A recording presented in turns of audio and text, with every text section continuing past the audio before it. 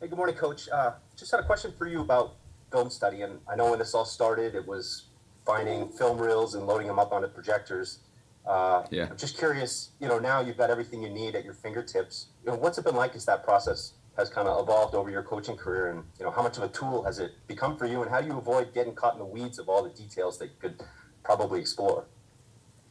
Yeah, like that's a great question, and yeah, that's kind of the reality of it. You can really get to everything between the different angles and the TV copy, and so many different ways to look at plays. Before you had, when I came into the league, you had the film, you had one kind of look at it, and if you wanted to cut out plays like short yardage or third down or something like that, you know, you could do that. It was a little bit of trouble, but you could do it. But the concept now of looking at, you want to look at all the plays when Jaceki and Waddle are in the game together, or when you know whatever it is, this back and this receiver, or these two receivers, or this combination of linemen, or whatever it happens to be. Um, it's really limitless the way you can put all that together, and how quickly it can come together. So it does give you a lot of options. You're right though. You can get caught in the weeds with so many little details and all that, and I think you just got to be careful that you don't miss the big picture. But it does provide for some very detailed analysis, and if you want to watch a certain player against a certain other type of player, like if you want to watch a certain tackle against two or three speed rushers on pass plays, you could pull those plays up in 10 seconds, and that would have taken, I mean, a month to do. you know when I came into the league. So it is interesting how detailed that can be, and with a larger staff, we kind of divide that up so we can get into a little bit deeper look and deeper dive on some of that, and again, the archives that you can keep are pretty pretty amazing as well too. I mean, you want to look at all the reverses in the last 10 years. you know I mean, they'll be ready for you in a very short amount of time. So it's it's just it's a great resource, and figuring out the best way to manage it and use it is really the challenge.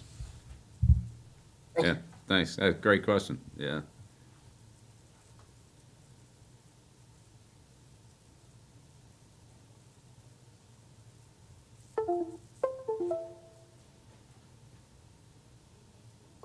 Sorry, guys, I'm having some technical difficulties here. We're going to go to Nick Coit next, followed by Alan Siegel. And for some reason, Coach Belichick's screen keeps dropping.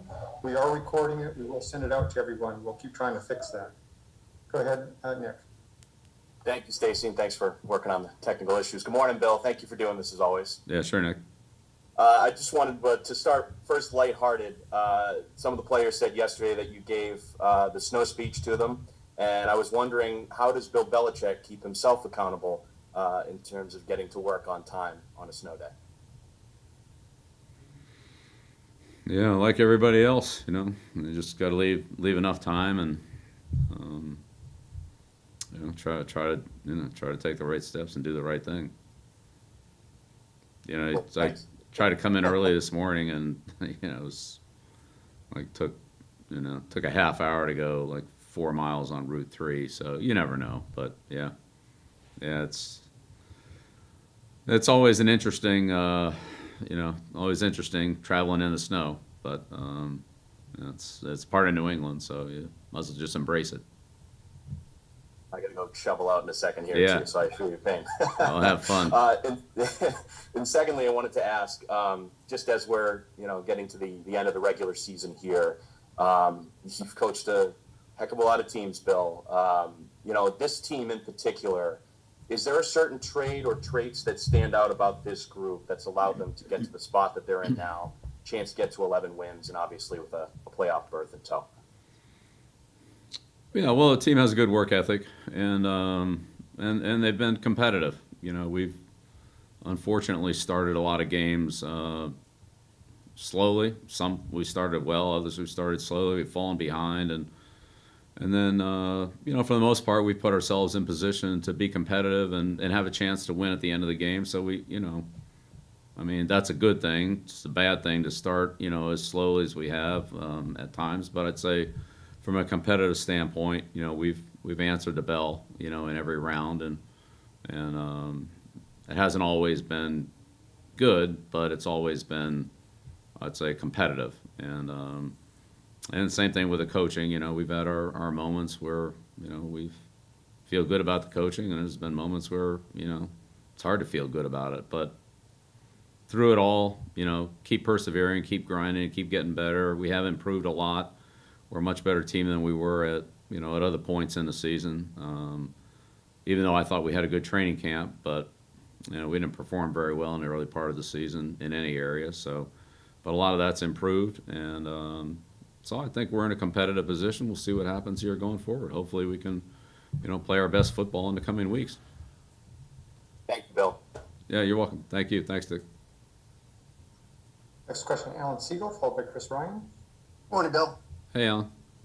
Got a little bit of an offbeat question for you. It's about football, though. I was in a discussion. That's good. I was in a discussion with somebody about yards after catch, and I'm just wondering, is it more important for yards after catch in terms of running backs because of where they might receive the ball versus wide receivers where they might get it downfield a bit? Yeah, that's that's a really interesting question, and there's a lot of different ways to look at that. And we've had discussions, especially on the scouting end of it, of how those yards are tallied and what they really mean. So there's yards after catch, there's yards after contact.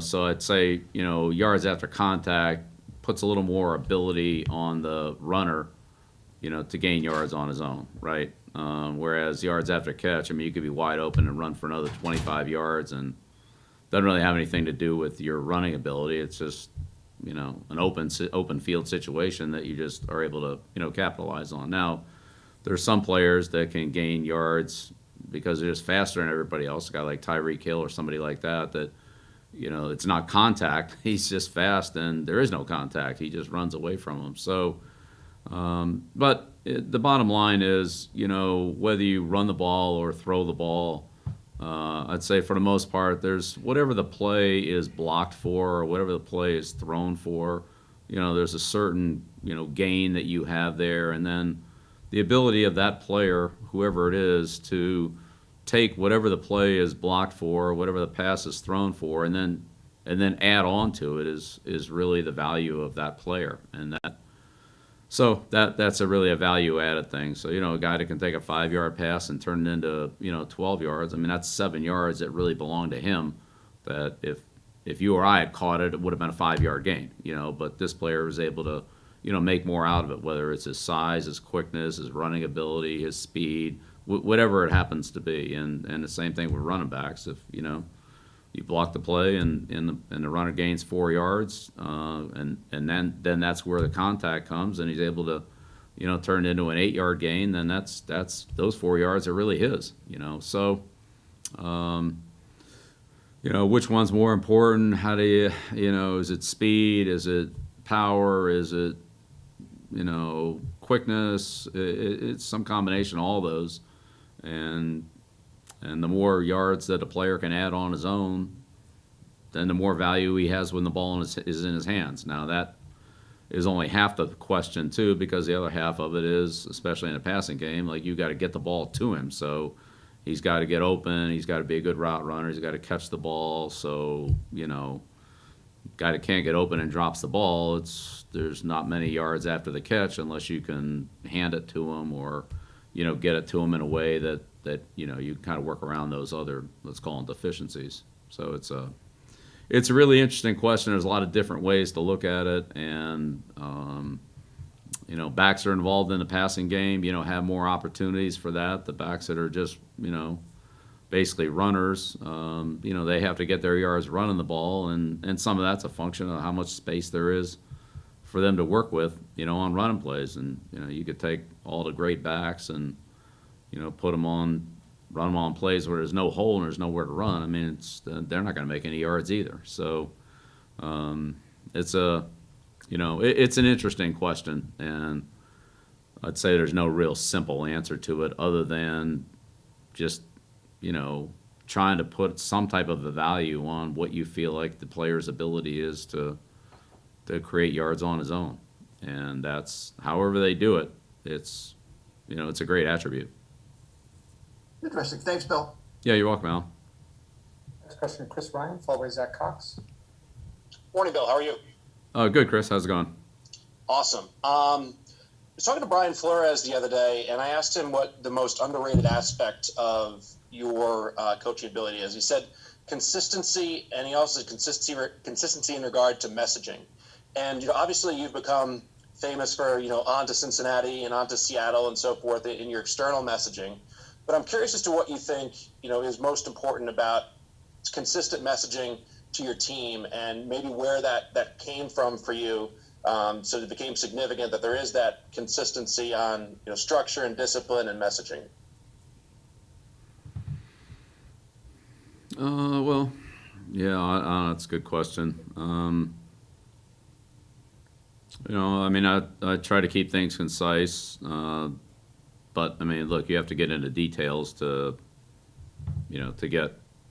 get certain things done. But in terms of like team message and all, I think if you don't get the big picture, then a lot of times the details don't really matter. They get washed away. I thought my dad did a good job of that. I thought that,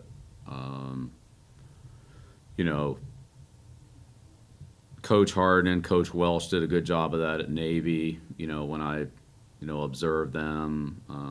Certainly Coach Parcells was outstanding at that. I think that's one of the best things, and he has a lot of great qualities, but I would put that near the top of the list.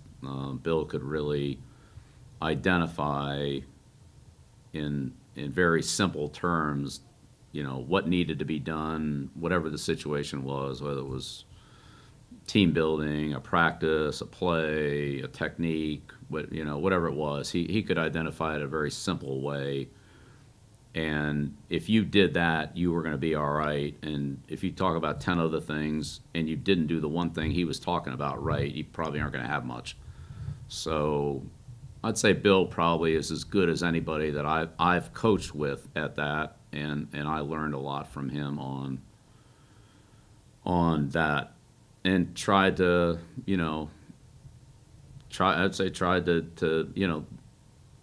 look at things in a way, from a big picture way that he looked at them, and not the exact same thing, but the process of identifying things in the big picture, making sure you get the big things right, and identifying those properly and communicating them, to your team or individual player or whatever it happened to be, but that they make sure you get the things right that you have to get right, and then, then go to the next layer there.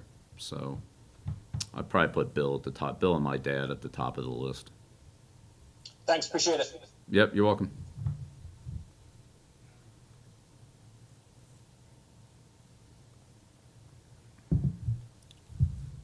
Next question, Zach Cox. Morning, Bill. Hey, Zach. We've seen D'Angelo Ross bumped up to the game day roster the last two games. Just curious what he's done behind the scenes to earn those opportunities, and just what kind of overall development you've seen from him. He's a guy who's been with the organization now for quite a while. Yeah, D'Angelo is a really smart player, and in scout team, he plays basically every position in the secondary. He has a really good understanding of what to do and the techniques to do it in. He's gained a lot of confidence of the coaching staff and his teammates.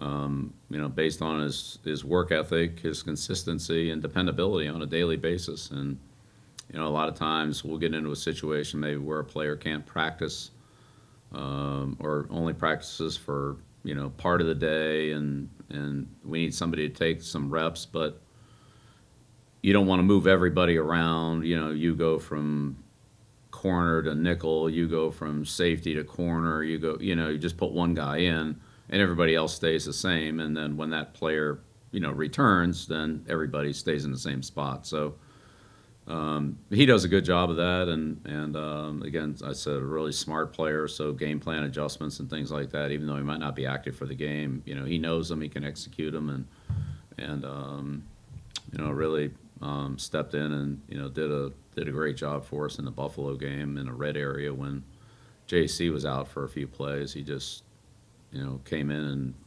and like I said, it really was step up and took advantage of his opportunity. So which we expected, but it's nice to see that. So he's again got a good background and competency in our system and has developed a lot of confidence with his teammates and his coaches. So that's why we trust him in there.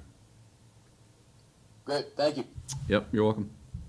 Two final questions, Richard Morin and Kevin Stone. Hey, Bill. Brandon came out last week and spoke about his cancer diagnosis in 2018 and subsequent procedure. I'm curious, A, how much you knew about that and what you remember from that time, and B, what your relationship has been like with Brandon in the years since that. Yeah, I mean, love Brandon. He's been a really good player for us in a number of different roles, and has been super dependable and consistent. We were aware of the situation. It's not something that he talks about a lot, but I think we're all trying to be supportive, but don't want to bug him about it because it's he don't really want to talk about it. So just personal choice, respect that. But yeah, I think he has to balance like we all do, but with his circumstances, he has to balance his own life and what's best for his life, and the decision to opt out last year with he always is a great teammate and does everything he can to help the team, but there's a point where you got to take care of yourself too, and he's got unusual and serious circumstances, like Marcus Cannon had, and we've had other guys in that deal with things like that or similar to that, and I think he does a great job balancing it and says everybody's.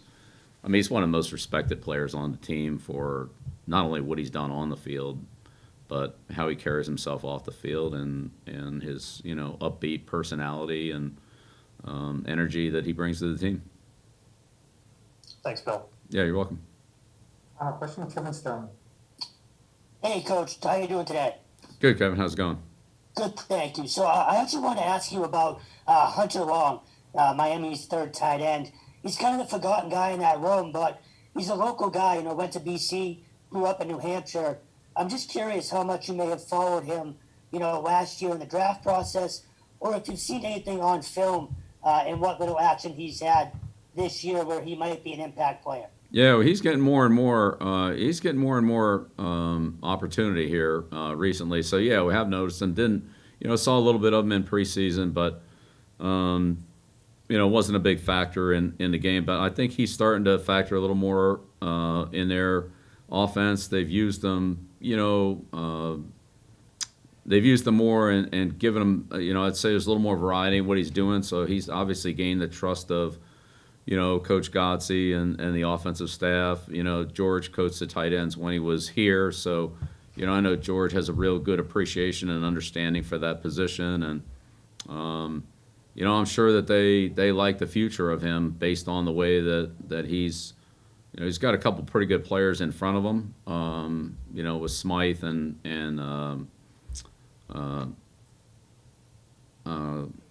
what's his name? 88 Gadecki. Yeah. So it's probably not real easy to get play time there, and they don't use a lot of 13 personnel like Cleveland did. They're more of an 11 team, but they've really become more of a 12 team, and he started to, they probably use more 12 personnel than any other team in the league. So it really started to, now some of that's probably been their wide receiver injuries, but, it's been productive for him, and he's starting to work his way in there. I think this is a guy that, down the road we're gonna see a lot more playing time from him. Rookie year is tough for everybody, and especially when you have good players ahead of you. But with Jasecki and Smythe in particular. But he's starting to work his way in there, which is impressive. Awesome. Thank you. Yeah, you're welcome. Thank you, Coach. Thanks, everyone. All right. And my apologies for the technical difficulties. All right, thank you.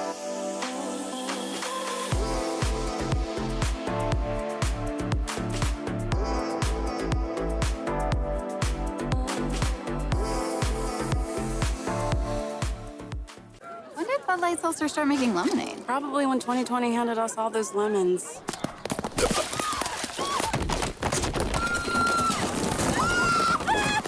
New Bud Light Seltzer Lemonade, packed with lemonade flavor after a lemon of a year. Opponents?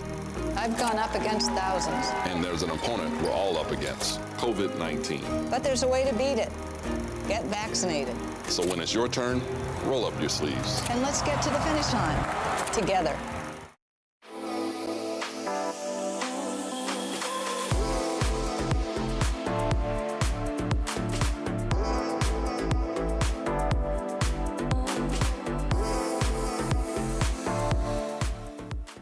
When did Bud Light Seltzer start making lemonade? Probably when 2020 handed us all those lemons.